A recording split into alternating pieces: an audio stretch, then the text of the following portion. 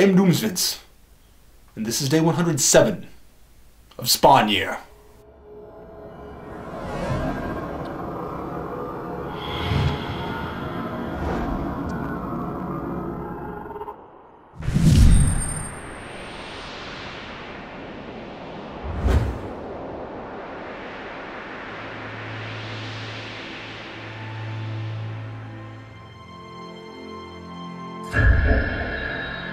Though never properly buried, the dead shall rise. Doomsvince is trying to make me paranoid, and despite my best efforts, he's doing a good job of it. First, the moon, and now this not-so-subtle riddle. It makes me miss the days he just threw obstacles at me point blank. I'd try to deal with them and let the chips fall where they may. But this whole scheme smells different to me, an air of enmity to all this that I haven't sensed before. I don't know why, but something about it feels more personal than Doomsvince's other machinations. It's unusual for him to build suspense like this. He might just be trying to get under my skin like before, but I have a sick feeling there's more to it than that. I only have one idea about what the riddle could mean. There is only one creature that has died in this graveyard and wasn't buried, and I'm wearing it. As difficult as it was emotionally for me to kill that creature, if I had to do it again, I would, and with less hesitation.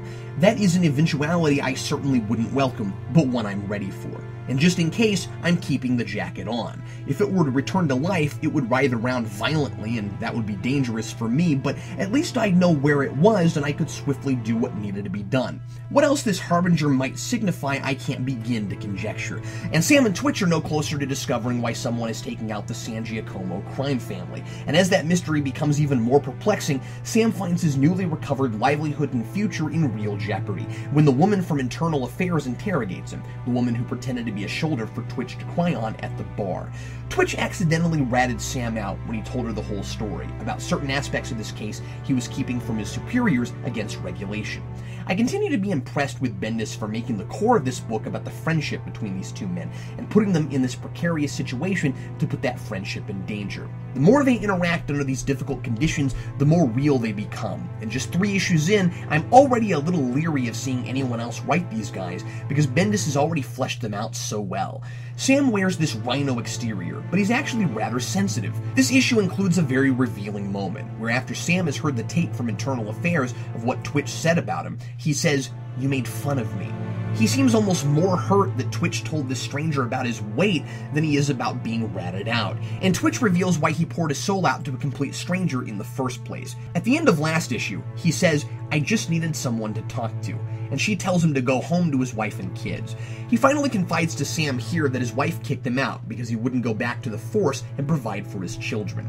And now I see why, for the sake of this story, it was important that Sam and Twitch had quit rather than being fired. Twitch's wife told him he had to choose between her and Sam, and it appears he chose Sam. There's a great paralleling theme with the mystery plot. What is family? What happens to people when they lose family or ignore their family? The San Giacomos aren't close, and divided, they're all being picked off one by one. Sam and Twitch have stood together through everything, but they've made enormous sacrifices, and now there's a rift forming between them. Can their friendship survive it? And should it at the expense of all else? And how do you maintain a relationship when all the cards are on the table? When all these hurtful things you can't help but feel about that person and never meant to say get said anyway? Sam isn't only in trouble because of what he covered up. Internal Affairs doesn't believe his story about how Lieutenant Barnes was killed. Sam says the man in the white coat ripped his head clean off, but she seems to think Sam killed Barnes and is trying to cover it up with what sounds like a ludicrous story about an impossibly strong man whose head conveniently exploded so no one can ID him. And unbeknownst to Sam, that guy is somehow still walking around killing San Giacomos. He injects a punk rocker, whose last name happens to be San Giacomo, with a hyper-flu bug, according to the woman at the morgue Sam calls Dr. Death, and he immediately starts coughing up blood and dies right there at the Kiss concert.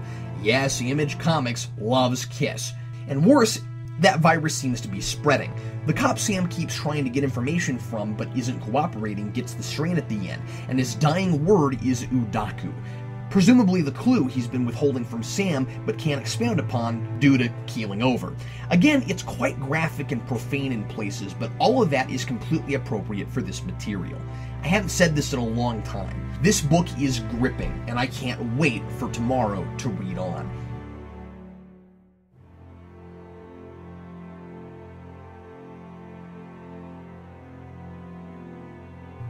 if there is a tomorrow.